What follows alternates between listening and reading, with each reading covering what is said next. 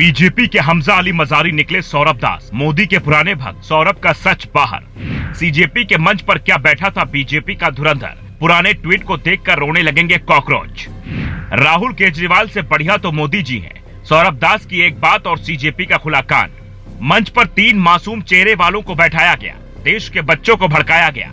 CJP के आंदोलन में सौरभ दास, दीपिके और आशुतोष रांका ने युवाओं को इतना भड़काया कि वे मर्यादा भूलकर देश के जवानों तक को गाली देने लगे। लेकिन धुरंधर फिल्म की तरह बीजेपी का हमजा तो खुद सौरभ दास को कहा जा रहा है।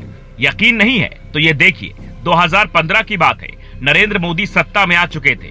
दिल्ली की सियासत में केजरीवाल का ड्रामा जारी था। सौरभ दास किसी विषय को लेकर केजरीवाल की आलोचना करते हैं और एक पोस्ट में लिखते हैं, आपके साथ क्या गलत है, ये पूरी तरह बदल गया है।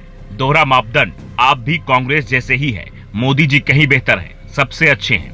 यानी सौरभ दास मोदी को मोदी जी कहते थे, मोदी को राहुल और केजरीवाल की तुलना में नंबर 1 कहते थे, मोदी को बेस्ट 1 कहते थे।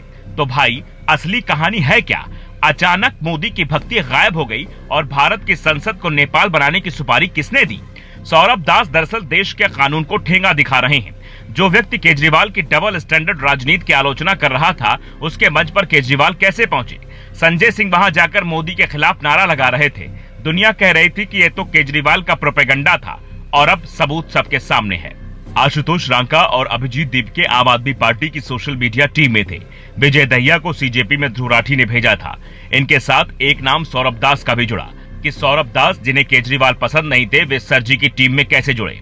2015 में सौरभ दास की उम्र कितनी थी? ये पोस्ट उनका है या किसी और का है? लेकिन सवाल यह है, क्या सीजेपी के लोगों ने जेनजी को बेवकूफ बना दिया?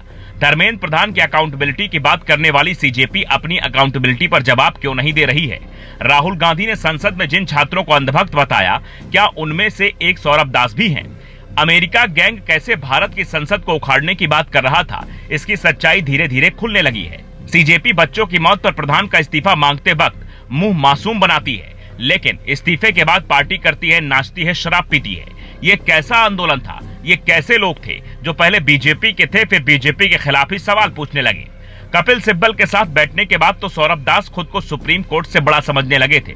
लेकिन सच ये है कि इतिहास सबका होता है। सौरभ दास का इतिहास उनकी पोल खोल रहा है।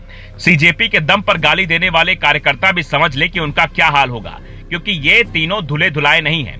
डीप स्टेट ने जो तैयारी की, उसमें ये तीनों फिट तो हो गए, लेकिन उनकी कुंडली अब बाहर आ रही है और देश ये देखकर न सिर्फ परेशान हो रहा है, बल्कि निराश भी हो रहा है। राजनीति के चक्कर में आप किसी से दुश्मनी मत लीजिए, क्योंकि हर कोई तो राजनीति ही कर रहा है।